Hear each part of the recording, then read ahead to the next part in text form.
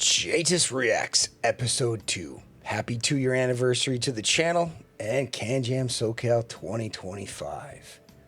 Let's talk about it. Now I've been home from CanJam for a few days and got quite a few different IEMs. But first of all, I want to say thanks to everyone who's been around for the part of the channel for a while. The channel just celebrated 2 years and is at about 3,600 subscribers, which isn't the most. It's not the worst, but it's an accomplishment that I'm proud of. I'm proud that the channel's still alive. It's still ticking along, still making strides. I had a lot of people come up to me, say really nice things. They kept me motivated at CanJam. I joked with a few people that I was going to quit the hobby, and that's kind of where things are at. So in videos like these, I'm going to try to be really honest with you guys, try to maybe answer questions. If you guys ever have questions on stuff, let me know. Maybe we can go over stuff and talk about why we do the things we do. Whatever you want, just let me know in the comments below. I'm happy to try to title our next one. These will be kind of like maybe 2 or 3 a month, maybe not every week, but pretty close. Last time we talked about how reviewers get their IEMs. So with having said all that, let's go ahead and start talking about what IEMs we have on the desk, and then we'll talk about some CanJam impressions from there. Now, I got a lot of different IEMs. The first one that I got was here, the Afu Don X. This is a paid, what I call a paid discounted unit. I'll be doing a review on this here pretty soon. It's really quite nice. I've been a huge fan of it. And it's really quite a nice IEM. It costs $1,300. And we'll be doing a review of this here probably later in the week. The next one we'll be talking about will probably come up in maybe a week or two. We got Duck Bloke's new IEM. It's a Heidi's collaboration. I actually kind of don't know a ton about it, but I got to listen to it. It's pretty warm, but it's also pretty good. It comes in at a reasonable price, and it's I think it's an interesting collab, and I think it's a pretty good collab. But we'll talk about it in the video, but it is pretty neat. The next IEM I want to talk about is the Fosse Audio IEM4. This is an interesting graph IEM. It's a little bit audiophile tuned. We'll talk about it in the full IEM review. It'll be coming pretty soon. It's a $99 IEM from Fosse, who does really good value products, and I think this is a really beautiful, nice IEM. As far as some of the other products that we have, I also got a few IEMs on loan from Audio Amigo Reviews. I'm not sure when and if we'll do reviews on these, but they will eventually come as we get some impressions. To be honest, I've graphed the K9 and this Levo S, the 224, which you see right here, but I have not actually gotten a whole lot of listening time, maybe like half a song. So we're still kind of working on those, but they'll eventually be coming. Again, I have them on loan, so and with like kind of a stipulation that I don't really need a hurry on them, so which is a nice thing to have. I also have the Noble Van Gogh. Yeah, I know I misspelled Van Gogh, but anyhow, this is the Van Gogh. I just label my IEMs when I have multiple ones in for review, and you see I have a bunch here. I have a few in from a friend. The next ones I want to kind of talk about, I have the Voodoo both 1 and 2. I'll eventually be doing a review of those for sure. Probably in the next 2 weeks or so. Those are actually pretty good. I've gotten some listening time with them. Another one I've gotten to listen to quite a bit of is the FIO FX17. My buddy Albert is pretty excited about that one. And there's also a few other IEMs that's other people that I've gotten sent out from FIO. This is that IEM itself. I got this on loan from another reviewer, Mark from Super Review, so I got to see a lot of other reviewers during this time at CanJam. Got a few IEMs to review and send back. A lot of us are in California, which makes things really quite easy. I did get some other IEMs that may or may not get reviews. The FIO X Crin, the H12 IEM, the Open Audio Sierra, I forget, Siren, and the FIO FD5. If anyone's really interested in those, let me know. And without further ado, let's get to some CanJam impressions and kind of talk about those. All right, let's look at what we got here coming up. A lot of these are actually in-house right now. The Don X, the Hibby collab with Duck Bloke. That's the wrong name. We'll be changing that before the review. And the Fossiato IM4. Again, we'll all be getting full reviews eventually. The rest come down here to purchases or loans, which don't always get reviews, but oftentimes will. Again, the Fudu verse 1 and 2 will likely get a combination video review. The FIO FX17 will definitely get a review. It's a very expensive brand new IM from FIO, but everything else are still kind of up in the air. Now, a few other IMs I did actually, since I already have them on the incoming, I put them here. A couple of them got repeated down below. But the Hercules Auto Noah is definitely coming in because I bought one. I thought it was really good. To me, the Hercules Auto Noah was one of the stars of the show. For its price, has clean vocals, are really amazing. It's clean and clear. It was one of the best things I heard all show. I was super impressed. I heard a lot of good stuff about it, but I was, it's also, you have to remember to take all these with a grain of salt. I also have the Dunu 142 and 242 IMs coming in. Those prices are still pretty up in the air. They're both pretty good. I'm pretty excited about those. Those are definitely like solid contender IMs. They're both really pretty. I think the 142 is blue and the 242 is red. They're both really nice, well-built IMs that are fun and enjoyable. They're both supposed to be sister IMs, so they'll be coming at the same time, but they'll probably get separate reviews just for clarity. The Mythcraft Myth was one that I liked a lot. For $1,000, even though this ranking is good, I only gave it like a 4 out of 10. There's something about the treble energy that I wasn't fully excited about. I thought it was nice. I thought it was good, but it wasn't the star of the show for me. Like if I had to give it a rating, 1 out of 4, it'd probably be 4. And we'll explain those ratings here in a second. The Mythcraft Hex was exceptional.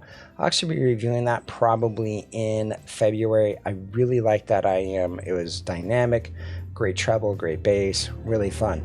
Now, as far as another budget IM that I wasn't expecting too much of was the Zigat Horizon. That's kind of one that popped up on Amazon. It's kind of been iffing about all around, but it's actually pretty good. I actually got some listening time of the Zigat Odyssey 2. I wasn't super excited about it. I might be getting that in sometime, but I just don't. I'm so busy right now with everything else that I'm probably not going to ask for something until I finish everything else. But I'm definitely interested in the Zigat Horizon. To me, that's one of the best IMs I've heard at the show, and I'm super hyped about it. I like James from Linsol and I were talking about it. It's just a special set. And I think Zigat's really knocked it out of the park with that one. And they're like their tuning's really kind of coming into grace, and it's kind of like I don't know, really nice mids, really clean, really kind of more of my style than say the Luna or the Crescent are. I wanted to show you what these things mean. Like a 5 is a classic. Like it looks like to me it'll be a really great IM. This is kind of a similar scale that Timmy and Kryn both use when they talk about show impressions. Or at least Timmy talked about it in a video recently. 4 to me is promising. Like it's a really promising, a good IM. Like it could be S+ tier, but I just maybe I'm being a little bit cautious. It was a really good IM and I enjoyed it. 3 is fine. Maybe it was my mood, but again, everything you have to take with an impression with a grain of salt. 2 is it's good. It's like if you know the reference, you know the reference. If you know the reference, put it down below. I'll tell you if you're right in the comments. And 1 is like it's kind of a no for me. Like I probably would, if someone asked me to review it, I'd probably say no, but I would definitely graph it and check it out and throw it on the ranking list. There's a bunch of other IMs you can see that are on the list and have been here for a while. This down here is where everything is at. So let's go here and look at the IMs we talked about. And these are all kind of ghetto notes, and I'll kind of fix these as time goes. Like this is the Penon Archangel. I got to listen to this from Freewheelin' Audio Dude. And that was actually really nice. I had really nice, sweet treble. Like the Archangel almost had like this timbre of like sweetness and clarity. It was actually pretty good. It's like an $800 set, but I'm not easily impressed with Penon products, and this is one of the better ones. I got to listen to the Forte Ears Mephisto, which I know a lot of people like. I mean, it was a 2, and these are kind of rated on price. And so for a $3,000 IM, I just thought it was okay. Maybe a 3. Maybe I'm being harsh there. it wasn't bad, but it didn't feel fantastic. Another one I got to listen to was the ISN EST 80, which wasn't it. It wasn't that great at all. I didn't like it. I thought there was better options, but its treble was really bad. It felt like, I mean, maybe like $100 set. Like it just had problems, and it just was not good. The treble did not work for me. The folk audio Etole, I know a lot of people like it. For me, it was bright, harsh. It had clubby bass. Not exactly sure what I meant by my note there, but I'm just going to roll with it. The next one I heard, this is at the Bloom audio booth, was the Fat Freak Grand Maestro LE. I thought this was really good. Clean vocals, nice bass, but I don't really love the mids as much. Nice note wheat, smooth. I mean, it's like a Grand Maestro. It was good. It was good. It was definitely good. The next one I would say a look at is the Fur Project K. Now, the Fur Project K, a lot of hype on that guy. It wasn't really for me. I thought it was okay. The vocals were nice. There was good clarity, but the mid-range was kind of not there. I had nice bass. But the treble was sizzly, and for me, it wasn't there. I got to listen to this one that I've never even heard anything of. And this is a product I am that I've seen at Bloom. And it's like $150, maybe a little bit more, but it's called the Etolec RE3 Pro, and it's actually pretty good. It had a nice drop. There's some sizzly treble, some hiss and like energy of like unclarity, so it wasn't that great, but it was pretty good for $150. And I would want to review it. I'd want to check it out. It might be something that's worthwhile. Next one I tried was the Ashton Kerr, I believe the Ashton Kerr Luna, and it was not good. It was bright. I did get to try the Moses. The Moses was fantastic. I'm considering purchasing one, but I'm not 100% sure. The treble was very, very good. Vocals did feel slightly recessed, but the resolution, overall tuning was good. I don't know, like, I had a lot of good things to say about the Moses, and I liked it. The Andromeda 10 from Campfire was also really nice. It's had kind of a different campfire-y feel to it, but its treble was really nice. It was slightly colored, but clean and fun. And it was just really nice. Like, I was really impressed. I'm gonna try to get a demo or a loaner of that, but we'll see. I got to listen to the Jaytiss 145 Pro. I also really liked that and thought it was really good. Now, the BVG Solomon. There's a lot of sizzle in the treble. The bass was decent, but for me, it's not something I would ever gravitate towards. It was kind of mid. The next one was the Aroma Core. Now, I know a lot of people like the Aroma Core, and the Aroma Core is kind of weird because it has like an amp deck attached to it, and I just thought it was kind of odd and strange. The sound was nice. The treble was nice. It had a little bit of weird sizzly treble, but the bass was clean and clear. It was nice, but it was $8,000, and so it better be nice. And it's hard to sometimes impress after a point, and because you know how expensive stuff is. I got to listen to the BVG Astrum, which is interesting. It was pretty good. It was enjoyable, yet it was a little bit bright. But I mean, I still thought it was overpriced for what it was, but it was okay. The next one was the 7th Acoustic Hysteria. I was really hyped for the Hysteria, and I think it's a good set, and I want to get some more listening time of it. It's a really intriguing, appealing set, and it had really fantastic bass, really nice tonality, but there's a horrible sizzly treble. Like, there is a treble jacked up in the end, which I did not like. The Ziggurat Horizon was another one. Another one I got to listen to was the Unique Melody X Music Tech Pantera. Not a fan. I mean, it was decent, but it was 8K. There was a lot of brightness that spoiled a nice tonality. I spent some time at the Noble booth. The Kronos was pretty good. It was like a Chronicle, which I liked. So if you're a fan of the Chronicle and you want to try the Kronos, I can see it. It's a little bit flat, a little bit neutral, but it's fun. It's good, but it's not also overly exciting. I got to try the Shogun. The Shogun has nice, fun bass. It's like textured and kind of full and rich. It's pretty good. I tried the Kotori Zephyr. It was kind of weird. It was like bright and air leaning. But I mean, it was kind of referencey, but kind of airy. It was interesting. It wasn't really for me. I listened to their Concept 787. There's something in the air. There was nice bass with it, but not too much. The Honest Audiophile collab with Kotori, man, it wasn't really it, but the bass was there. There's lots of like thumpy bass, but everything else just sounded kind of weird, and I wouldn't recommend it.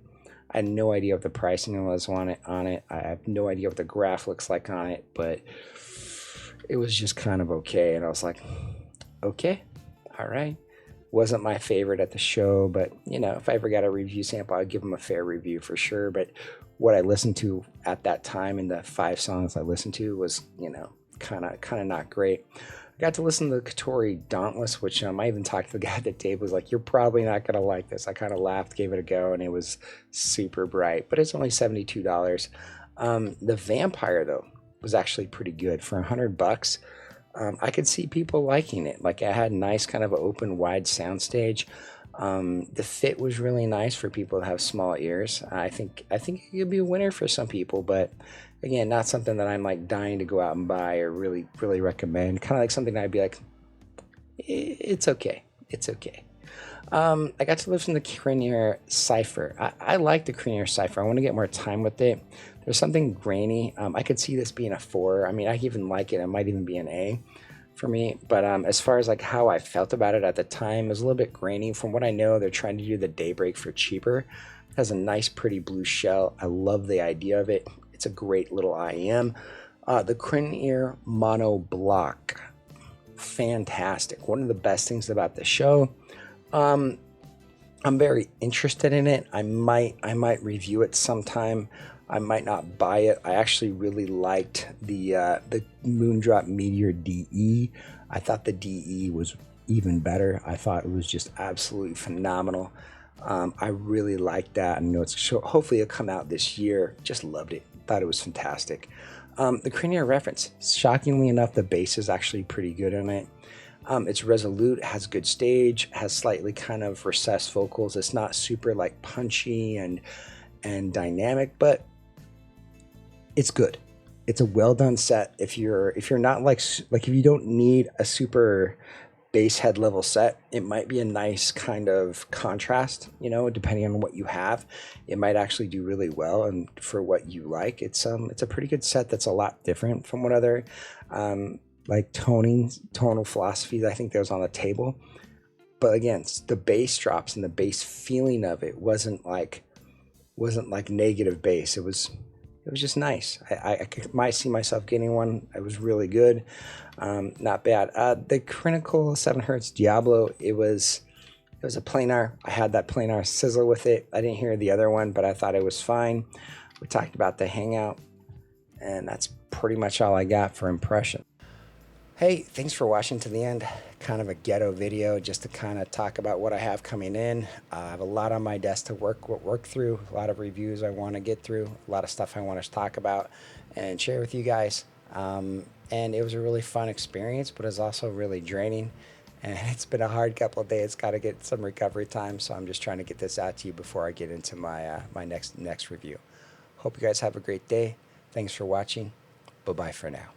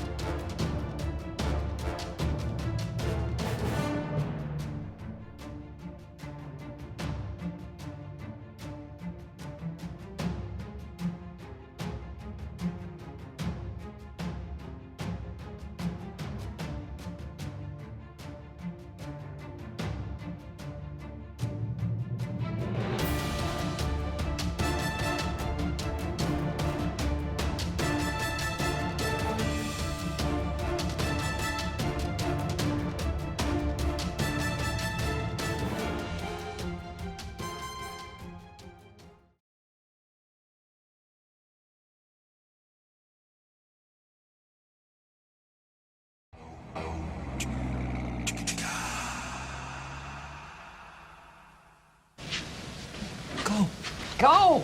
Go! Go on with you!